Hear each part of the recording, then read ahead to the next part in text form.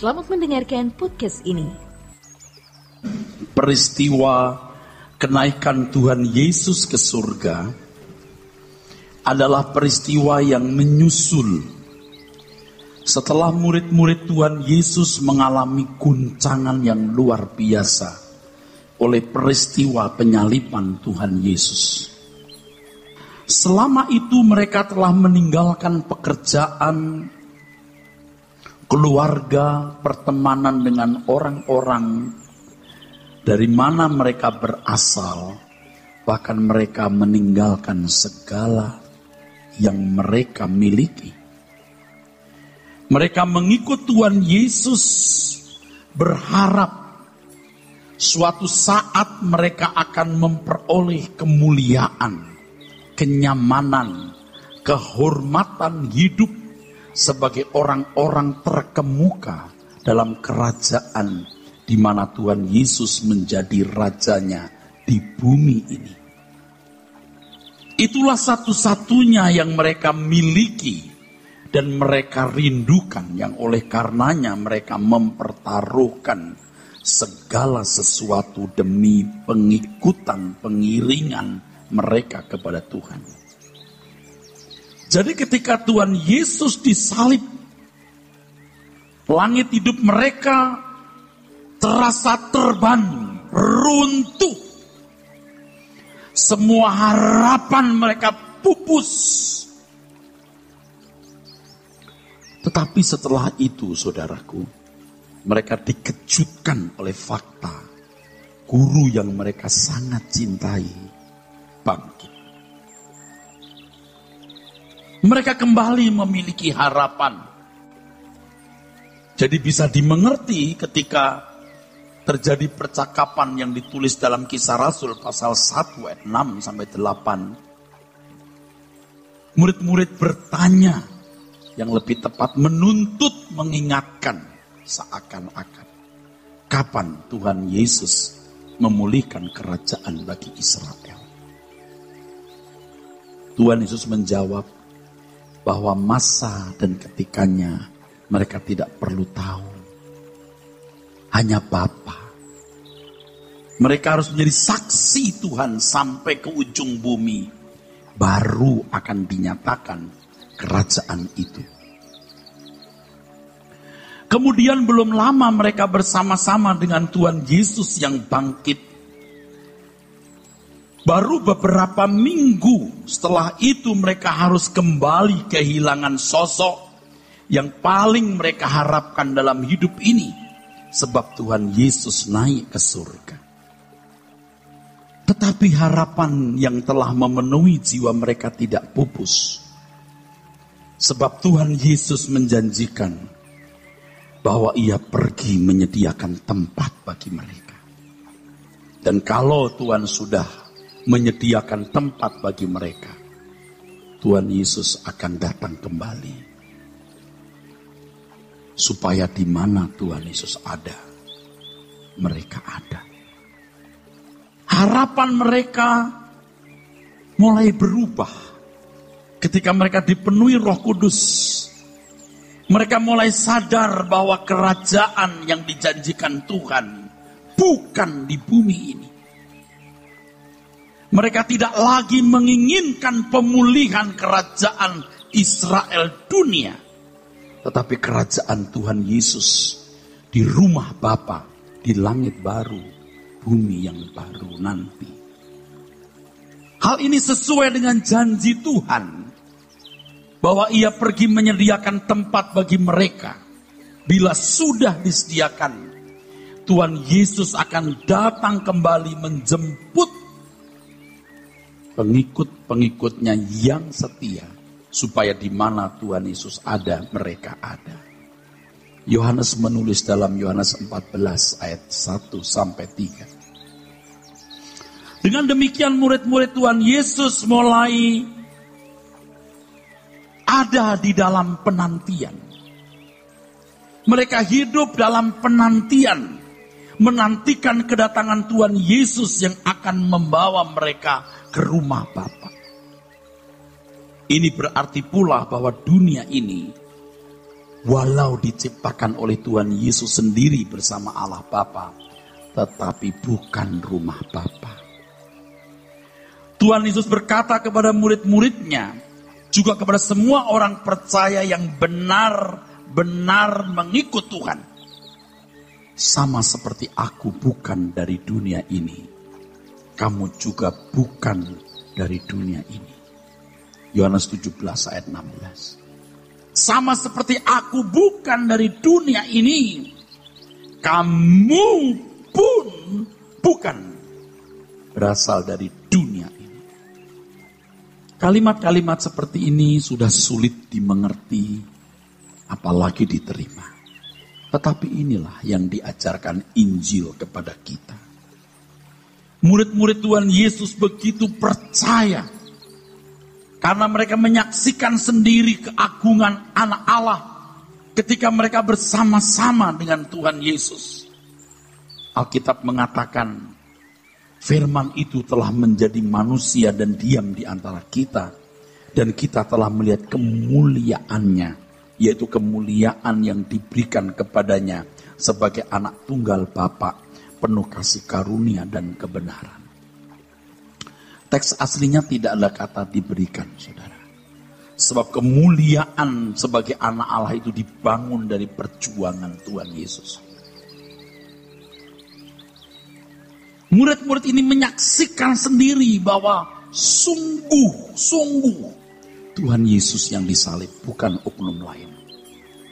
Mereka juga membuktikan bahwa benar-benar Yesus telah mati. Benar-benar dikubur. Dikubur Yusuf Arimatea yang dimeterai, disil oleh Pontius Pilatus. Tidak seorang pun bisa membuka. Sebab untuk bisa membuka batu yang begitu besar, tidak cukup 2-3 pria, saudara. Mereka menyaksikan Tuhan Yesus bangkit. Mereka bertemu muka dengan muka. Mereka menyaksikan Tuhan makan minum bersama mereka. Dan mereka juga melihat Tuhan Yesus naik ke surga secara fisik sampai awan menutupnya. Percaya mereka membuat mereka bisa meninggalkan semua keinginan untuk memiliki. Mereka meninggalkan semua keinginan memiliki kenyamanan hidup di bumi. Mereka bisa meninggalkan segala sesuatu guna menjadi saksi sampai ke ujung bumi. Mengajarkan jalan keselamatan yang Tuhan Yesus telah ajarkan. Dan mereka selalu hidup dalam penantian. Bagi mereka inilah satu-satunya yang paling berharga yang mereka miliki. Kekristenan mereka hanya sekitar itu, yaitu bagaimana berkenan kepada Allah Bapa, menjadi mempelai yang layak bagi Tuhan. Yang kedua, bagaimana menantikan kedatangan Tuhan Yesus, fokus langit baru, bumi baru. Dan yang ketiga, mereka menjadi saksi dan mengajak sebanyak mungkin orang hidup seperti mereka hidup. Setelah periode murid-murid Tuhan Yesus yang menjadi narasumber pertama semua yang diajarkan Tuhan Yesus, menyusul periode lain yang sangat penting. Tuhan membangkitkan sosok teolog yang hebat, yang tadinya bernama Saulus. Pada mulanya dia seorang teolog ilmu tentang Tuhan dari agama Yahudi. Saulus belajar di sekolah yang sangat terkenal pada zamannya, The School of Hillel. Dia anggota Sanhedrin, dia pemimpin agama Yahudi. Stefanus berdarah-darah mati di tangan pria satu ini yang fanatik membela Yahweh. Tetapi saudara, di perjalanan menuju kota Damsyik, Tuhan menjumpai Saulus. Dan Saulus ditobatkan. Saulus yang kemudian namanya menjadi Paulus, melengkapi ajaran murid-murid Tuhan Yesus. Mengajarkan bagaimana mengaplikasikan Injil dalam kehidupan konkret dengan bahasa seorang teolog yang tidak bisa dilakukan oleh sebagian besar murid-murid Tuhan Yesus. Dan Paulus bukan saja dapat berteologi, Tetapi seluruh hidupnya adalah peragaan seorang yang sungguh-sungguh mengenal Injil. Sehingga ia dapat mengatakan bahwa dirinya dan orang percaya adalah surat terbuka yang dibaca semua orang. Memang demikian. Hidup kita dimanapun, kapanpun, di hadapan atau dengan siapapun harus membawa pesan Tuhan.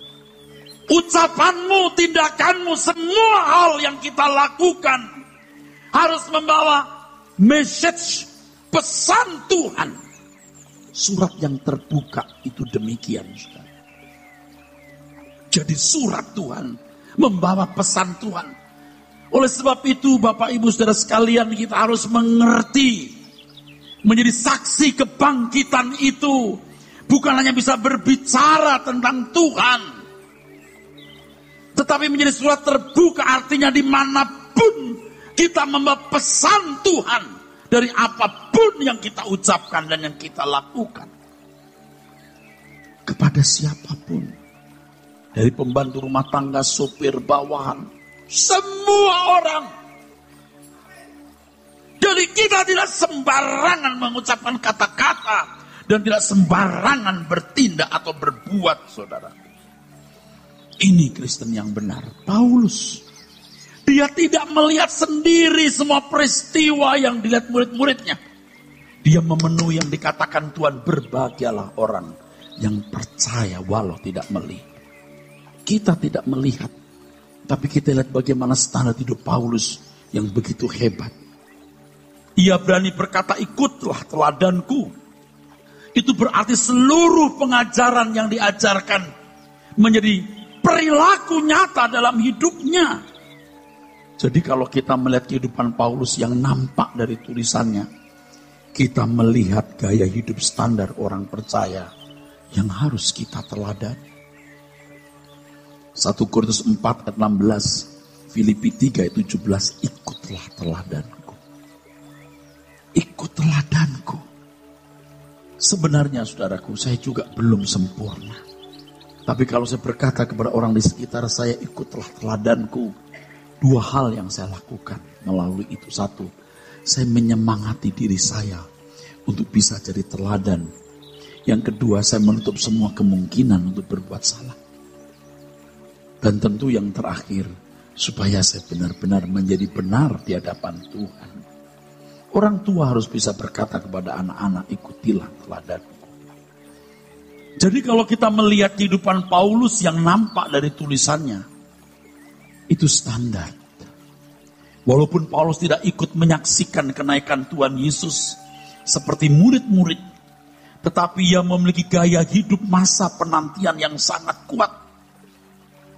Ia juga tidak mendengar ucapan malaikat yang ditulis di Kisah Rasul 1 ayat 9 sampai 11. Ketika Tuhan Yesus naik ke surga, mereka terus terpaku memandang ke atas. Lalu malaikat berkata, Yesus yang naik ke surga seperti yang kamu lihat. Ia akan datang dengan cara yang sama seperti kau melihat dia naik. Dan kita melihat bagaimana Paulus dalam tulisannya sangat kuat. Nampak pengharapannya terhadap kedatangan Tuhan. Sampai ia disebut sebagai eskatomania. Eskatos artinya hari-hari terakhir. Bicara mengenai kedatangan Tuhan. Mania dari kata mania yang artinya ekstrim atau keinginan kuat yang berlebihan. Jadi eskatomania artinya seorang yang sangat mania. Seorang yang sangat ekstrim menantikan kedatangan Tuhan. Dalam tulisannya dia juga berkata, karena Tuhan segera datang, kamu yang tidak menikah, hendaklah kamu seperti aku, tidak usah menikah. Dia juga dalam tulisan lain mengatakan bahwa dia lebih senang kalau mati, meninggal dunia dan bersama dengan Tuhan. Tetapi kalau harus tinggal di bumi, ia harus melayani Tuhan. Bapak Ibu saudara sekalian, baik murid-murid Tuhan Yesus maupun Paulus mengisi hari hidup mereka dalam penantian terhadap kedatangan Tuhan. Mereka tidak berharap apapun dari kehidupan di bumi ini. Jika demikian mereka tidak akan pernah menjadi saksi Kristus. Boro-boro jadi saksi Kristus. Jadi pengikut Yesus pun tidak akan bisa. Sebab pada waktu itu kalau orang berani percaya kepada Tuhan Yesus, ia bisa kehilangan keluarga, kehilangan harta, kehilangan kewarganegaraan, bisa disiksa, bahkan dihukum mati. Jadi kalau mereka masih mengharapkan apapun kenyamanan di bumi ini, tidak akan pernah bisa ikut Tuhan Yesus. Oleh sebab itu kerajaan yang dijanjikan Tuhan mereka pahami bukan di bumi. Mereka menantikan langit baru, bumi baru. Mereka baru bisa menyanyikan lagu yang kita nyanyikan lebih baik pasti dari kita.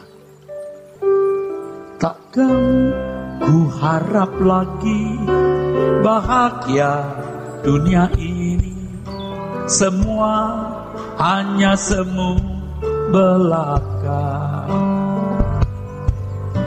Tuhan dan kerajaanmu itu segenap hidupku, sekarang dan selamanya. Takkan ku harap lagi bahagia dunia ini, semua hanya semu belaka. Tuhan dan kerajaanmu itu segenap hidupku, sekarang dan selamanya. Jika masih mengharapkan kebahagiaan dari dunia ini, mereka tidak pernah menjadi Kristen, apalagi saksi Kristus. Keberanian mereka tetap menjadi pengikut Kristus pada waktu itu membuat orang-orang berpikir keras, ada apa di balik ini? Mengapa mereka begitu berani? Yang tadinya orang-orang sederhana yang penakut, seperti Petrus penakut, sampai bisa mempertaruhkan seluruh hidup mereka demi kesaksian kebangkitan Tuhan Yesus. Itu saja sudah gak bisa dikarang, saudaraku. Jadi kalau ada orang yang menjolimi, membuli, menciderai Tuhan Yesus dengan mengatakan yang disalib bukan Tuhan Yesus tapi sebenarnya Yudas atau orang yang mukanya disamarkan, bahwa Yesus tidak mati apalagi bangkit. Bagaimana orang-orang sederhana seperti murid-murid Tuhan waktu itu berani mempertaruhkan hidup mereka, dan sejarah membuktikan. Kalau Anda ke Roma, Kolosium yang sekarang masih tegar berdiri walaupun tinggal sebagian puing, membuktikan keberanian orang percaya memegang imannya, di mana orang Kristen dalam siar agamanya tidak boleh pakai pedang, sebab tampar pipi kanan, beri pipi kiri. Tapi kekristenan bisa memenangkan seluruh Eropa. Sejarah membuktikan dan tidak bisa dibantah. Without sword, tanpa pedang, mereka mengalami, saudaraku sekalian. Kalau mereka tidak demikian, dunia tidak akan pernah menemukan keistimewaan menjadi orang percaya. Mereka menunjukkan bahwa yang terindah dalam hidup ini menjadi pengikut Tuhan Yesus, dengan menunjukkan kehidupan Yesus yang diulang dalam hidup mereka. Itu istimewanya. Dunia tidak akan pernah menemukan keistimewaan sebagai orang percaya kalau tidak menunjukkan keindahan mengikut Tuhan Yesus dengan menampilkan kehidupan Yesus dalam diri mereka. Ikut teladanku. Surat yang terbuka membawa pesan Tuhan, bukan sekedar agama Kristen. Mengapa mereka disebut Kristen pada waktu itu? Karena kelakuan mereka seperti Kristus. Panggilan Kristen sekarang menjadi begitu murahan. Karena semua orang yang beragama Kristen mengaku Kristen. Padahal tidak semua orang beragama Kristen itu Kristen. Saya sadar ketika saya belum diubah seperti hari ini, belum diubah seperti tahun-tahun belakangan ini, saya belum jadi saksi Kristus. Saya bisa berkhotbah tentang Kristus. Saya sekolah teologi, saya piawai berkhotbah, tapi belum menjadi saksi Kristus. Apa sulitnya bercerita tentang Yesus? Bukankah yang penting bukan hanya bercerita tentang Yesus, tapi Yesus diperagakan secara konkret dalam hidupmu. Kekristenan menjadi murahan ketika kita beragama Kristen merasa diri kita Kristen, saudara. Ikut Tuhan Yesus itu indah, sangat indah. Dan keindahannya terletak pada waktu kita bisa mengalami proses untuk memperagakan pribadi anak Allah ini. Itu harta satu-satunya kita yang abadi. Waktu saya menulis atau mempersiapkan khotbah ini, saya ingat satu lagu waktu saya masih muda. Saya memiliki panggilan yang kuat, saudaraku sekalian, untuk melayani Tuhan. Tapi proses saya berat sampai hari ini. Dan saya bersyukur hari ini Tuhan terus sadarkan saya. Tiada lebih indah ku melayani Yesus, walaupun sukar dan berat jalannya, akan aku sebelum berakhir hidupku, karena aku tahu apa arti hidupku. Terindah dalam hidup telah aku tinggalkan, terkasih dalamku telah ku lepaskan. Asal hati Yesus merasa senang selamanya, karena aku tahu apa arti hidupku.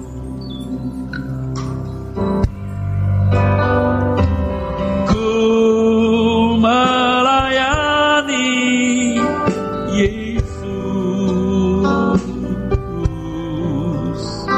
itu terlebih dari semua.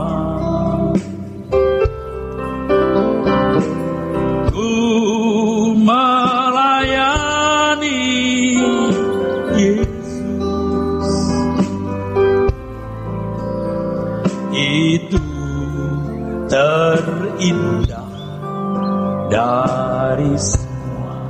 Ku melayani Yesus. Ku melayani Yesus. Itu terlebih dari semua.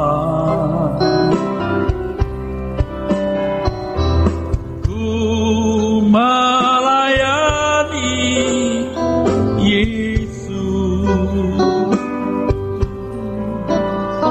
itu terindah dari semua. Ku melayani Yesus. Mari katakan bersama. Ku melayani Yesus, itu terlebih. Itu terlebih dari semua. Ku melayani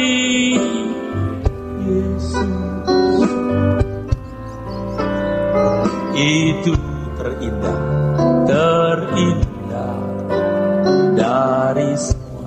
Saudara nyanyikan, ku melayani Yesus.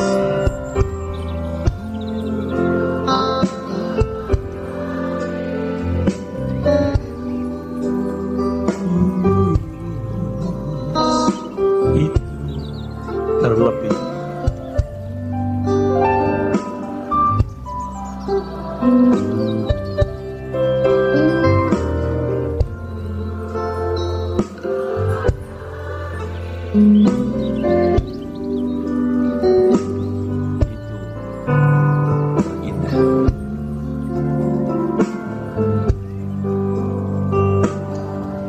Katakan bersama,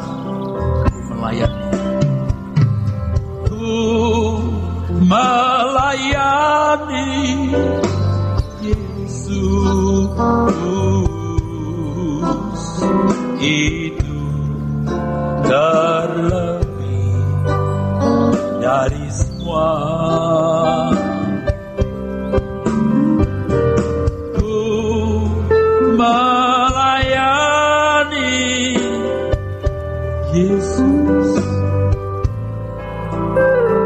itu terindah dari semua. Hanya dengan cara demikian kita orang Kristen benar-benar dapat hidup sebagai orang percaya yang sejati, mengikut Tuhan Yesus, dan dapat menjadi saksi Tuhan ketika kita sungguh tidak mengharapkan kebahagiaan dari dunia ini. Tapi kita menikmati damai sejahtera Tuhan. Dan pasti kita juga diberkati dengan segala berkat jasmani, supaya kita berkecukupan dan melayani Tuhan tanpa gangguan. Kalau orang tidak berani seperti yang dilakukan murid-murid Tuhan Yesus dan Paulus, ia tidak akan pernah menjadi saksi Tuhan. Tidak mungkin memiliki kerinduan menantikan Tuhan. Tidak mungkin mampu menghayati bahwa rumahnya bukan di bumi tapi di sorga. Saya sendiri juga rasanya baru-baru ini bisa ngerti ini. Orang-orang Kristen yang masih mencintai dunia dan berharap bisa dibahagiakan oleh dunia, ia berkhianat kepada Tuhan Yesus. Ia tidak mengerti bahwa yang Tuhan sediakan jauh lebih indah, mulia dari apapun yang bisa kita peroleh di bumi ini. Dia tidak bisa melayani Tuhan. Kalaupun aktif dalam kegiatan gereja, mereka sebenarnya belum melayani Tuhan. Dan saya beritahu, dia tidak layak menjadi anggota keluarga kerajaan surga. Jangan begitu, saudaraku. Hari ini kekristenan telah berubah menjadi lembaga agama yang lebih berunsur agamani, sehingga menghilangkan kekuatan, inti, esensi, jiwa Injil yang Tuhan Yesus ajarkan. Sebuah pengkhianatan, dan itu banyak dilakukan oleh para pembicara. Saya tidak menunjuk siapapun, sebab dari dulu juga selalu ada penyesatan. Bukan bermaksud mencela siapapun. Zaman Paulus pun juga berkata kepada pekerja-pekerja palsu sebagai anjing-anjing, dan berkata terkutuklah dia. Unsur agamani yang pertama, seremonial atau upacara agama. Kalau kita liturgi atau tata cara kebaktian, faktanya banyak orang Kristen yang merasa sudah memenuhi tanggung jawab kekristenannya hanya karena datang kebaktian. Hari yang lain itu bukan kebaktian, itu hidup pada umumnya orang hidup. Padahal offering yourself, surrender yourself is what worship is all about. Surrender, offering yourself to God is what worship is all about. Ini. Sulitnya menjadi Kristen bukan di sini. Bukan di gereja. Waktu Anda menapaki hari-hari hidup saudara. Meneladani Tuhan Yesus. Yang kedua, saudaraku. Agama diwarnai dengan hukum. Lalu berkat. Taat berkat, tidak taat laknat. Ini berkat jasmani pada umumnya pengertiannya. Memang beragama supaya punya pegangan gitu loh. Diberkati, dirahmati waktu hidup. Tapi kalau bagi kita, kesempurnaan Kristus, kehidupan Tuhan Yesus yang kita teladani, dan berkat kita adalah kekekalan. Yang ketiga, peran manusia, peran tokoh. Dominasi tokoh. Artinya para pemimpin agama menjadi dominan seakan-akan tanpa sosok pemimpin agama itu, umat tidak dapat berhadapan langsung dengan yang disembah. Seakan-akan umat tidak dapat memiliki pengalaman pribadi dengan Tuhan. Apalagi dengan munculnya banyak pendeta yang mengaku ketemu Tuhan, mendengar suara Tuhan. Seakan-akan dia eksklusif, yang lain jemaat makin punya mental blok. Padahal setiap kita harus mengalami Tuhan. Kalau ditanya, you yakin Yesus itu benar? Dia pernah bangkit? Dia hidup? You mengalami enggak? Kalau enggak kan ngomong kosong, Pak. Makanya kita harus mencari Tuhan dengan sungguh-sungguh. Belajar firman ya pasti, harus. Tapi saudara juga harus mengalami Tuhan dalam hidup saudara setiap hari. Mencari Tuhan, mengalami Tuhan. Unsur agama ini membuat kekristenan yang diajarkan Tuhan Yesus menjadi pudar. Pudar dalam kehidupan umat Tuhan. Sampai pada keadaan atau level tertentu, banyak orang Kristen sebenarnya tidak pernah mendengar Injil yang murni. Tidak pernah mendengar Injil yang orisinil. Dan mereka tidak pernah menemukan orang yang benar-benar memperagakan Injil secara konsisten dan konsekuen. Buktinya banyak orang Kristen dari muda jadi Kristen, sudah tua nggak ngerti. Nanti kalau khotbah yang benar disampaikan dikira ekstrim. Kalau Tuhan Yesus hidup pada zaman sekarang, dia berdiri di mimbar, dia tidak akan khotbah yang lain. Dia pasti khotbah apa yang telah ditulis dalam Alkitab. Dia pasti mengkhotbahkan apa yang dia sudah khotbahkan. Kalau dia standing di sini, he had spoken the gospel. Yang sudah dia ucap, pasti. Yang pernah dia katakan dulu, tidak akan khotbah yang lain. Nah, kekuatan Injil itu ada pada 3 juga. Yang pertama, gairah menjadi seperti Tuhan Yesus yang selalu hidup dalam kehendak Bapa. Itu gairah yang benar. Yang diajarkan Tuhan sepanjang yang diajarkan apa sih? Sempurna, batiniah, kasih, mengampuni musuh. Ketika anak saya memeluk saya dan berkata, "Papa, saya sangat luka hati saya." Anak saya yang perempuan, saya bilang, "Oke, kamu akan jadi orang luar biasa." Ketika kamu dilukai orang, kamu tidak membalas kejahatan, kamu akan jadi orang yang luar biasa. Sebab ketika kita mendapat kebaikan orang, kita tidak bisa atau kurang bisa menyampaikan pesan Tuhan di situ. Tapi ketika Anda dijahati orang, Anda membalas dengan kebaikan, di situ Anda bisa menyampaikan pesan yang kuat. Siapa dirimu? Ketika Anda tidak punya kesempatan berbuat salah, Anda tidak bisa menyampaikan pesan Tuhan. Tapi ketika Anda punya kesempatan berbuat salah, Anda memilih tidak. Anda menyampaikan pesan di situ.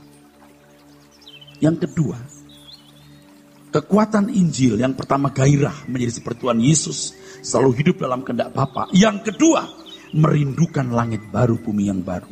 Hidup dalam masa penantian. Kalau Tuhan tidak datang atau belum datang pada masa kita hidup, kita yang akan datang kepada Tuhan. Dunia bukan rumah kita.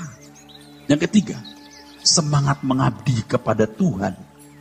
Mengabdikan diri untuk kerajaan surga. Dengan berusaha segiat-giatnya agar banyak orang yang diselamatkan. Artinya memiliki kehidupan seperti yang kita jalani. Jadi Bapak Ibu, seluruh kegiatan hidup kita harus diarahkan untuk mengabdi kepada Tuhan ini. Inilah visi dan misi. Visi membangun umat kerajaan surga dalam kebenaran.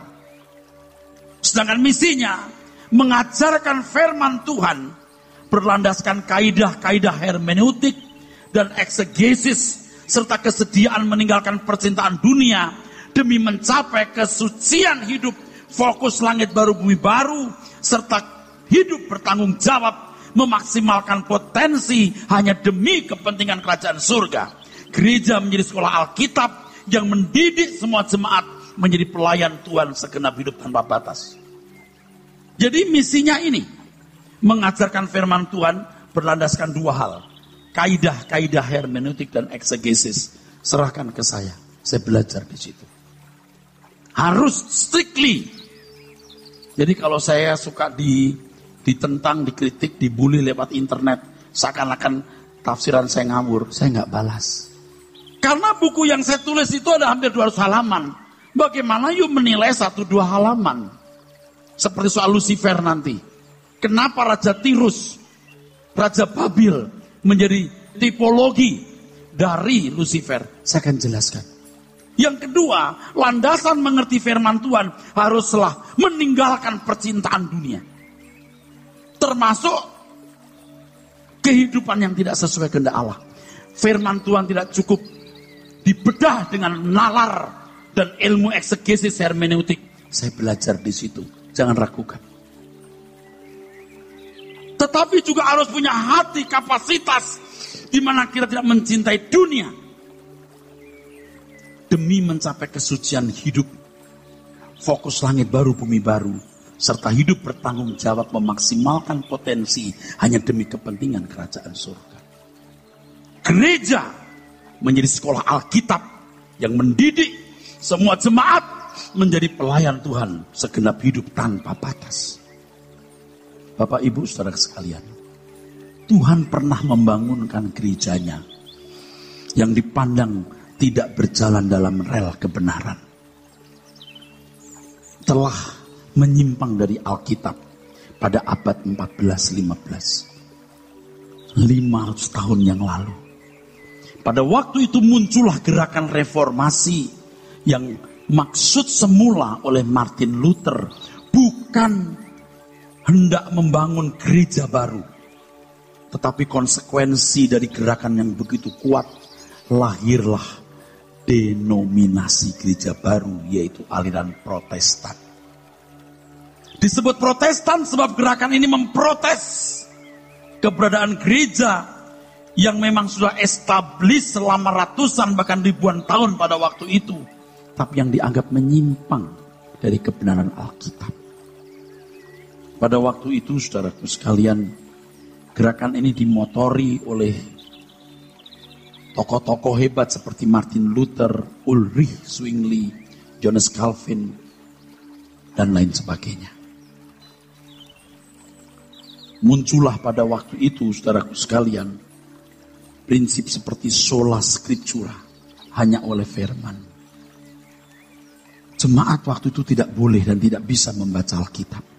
Begitu Martin Luther muncul, ya, dia mencoba menerjemahkan Alkitab dalam beberapa bahasa, atau khususnya bahasa Jerman dan beberapa bahasa yang bisa dipahami orang Eropa, dan jemaat mulai membaca Alkitab. Sola fide, hanya oleh iman, bukan karena perbuatan. Kita setuju itu. Sola gratia, hanya oleh karena anugerah.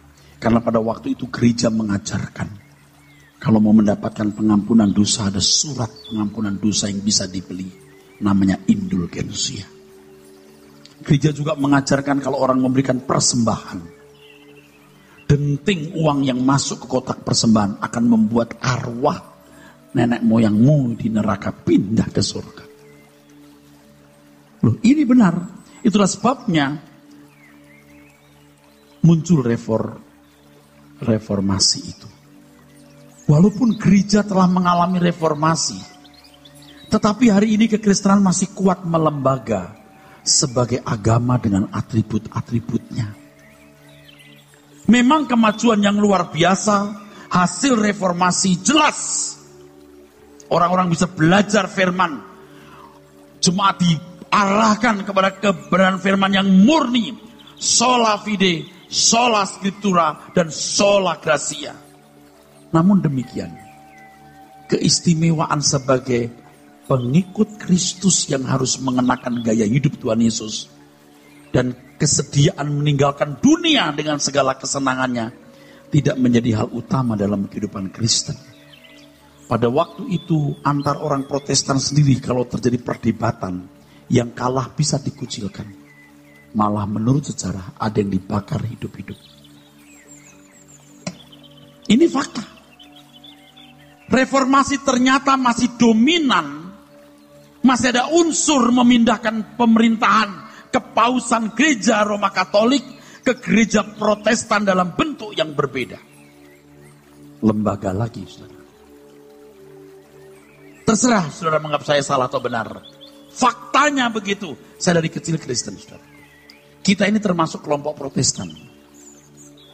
Memahami doktrin dipandang sebagai telah menjawab kebutuhan utama, a matter of supreme importance. Tidak heran kalau Eropa hari ini tenggelam dalam sekulerisme atau penduniawian. Sementara gereja Roma Katolik yang diprotes tetap tegak berdiri dengan segala pemerintahannya. Siapa yang bisa membantah hal ini? Mestinya yang penting adalah bagaimana kehidupan para rasul, kehidupan Paulus yang merupakan prototipe model Kristen yang mengaplikasikan Injil juga kita kenakan. Yang semua pasti menuju kepada pribadi Kristus. Inilah yang mesti menjadi a matter of supreme importance. Ini hal yang paling penting. Puncak dari segala yang penting. Bukan seremonial, hukum, dan peran tokoh agama. Oleh sebab itu kita yang menyadari kemerosotan ini, kita mensyukuri adanya reformasi. Kita bukan tidak menghargai tokoh-tokoh hebat seperti yang tadi saya sebut, tetapi kita harus memahami reformasi belum tuntas. Kita harus lanjutkan untuk kembali kepada Injil yang murni yang Tuhan Yesus ajarkan, yang pada intinya mendengar kembali suara Tuhan yang berkata, ikutilah teladanku. Suara ini harus sampaikan kembali. Ikutlah aku, bukan ikut agama Kristen. Bukan hanya berdebat tentang teologi, tetapi mengenal Tuhan secara pribadi. Jadi perburuan hidup saudara untuk mengenal Allah harus merupakan hal utama dalam hidup ini. Saya tahu saya tidak populer, saudaraku. Saya sudah mulai terasing, saudaraku. Saya sudah mulai terasing. Kalau saudara berkata kepada saya, Pak, apakah nggak bisa khotbah yang lain? Yang ya mengenakkan gitu loh. Nggak bisa. Kalau Tuhan Yesus berdiri di sini, Anda tanya, Tuhan, apakah ada khotbah lain yang Tuhan bisa sampaikan? Karena yang Tuhan sampaikan ini, udah susah kami mengerti, Tuhan. Ini kan khotbah 2000 tahun yang lalu, yang situasi dunianya berbeda dengan dunia kita hari ini, Tuhan. Jawab Tuhan adalah, saya tidak punya kerajaan lain. Jadi kalau yang kau pikir bukan seperti yang kukatakan, kamu sedang menuju kerajaan lain. Dan saya akan sangat berdosa kalau saya mengajarkan yang lain. Saya mengerti Anda berat. Saya mengerti ini tidak nyambung dengan frekuensi pikiranmu sebagian. Tetapi kita tidak boleh berkhianat kepada Tuhan. Saya pun juga berjuang mati-matian untuk bisa melakukan firman ini. No choice. Tidak ada pilihan lain. Pada intinya, saudaraku, gereja ini harus punya suara yang jelas. Kembali memperdengarkan suara yang diucapkan Tuhan Yesus 2000 tahun yang lalu. Dan ucapan itu adalah, ikutlah aku.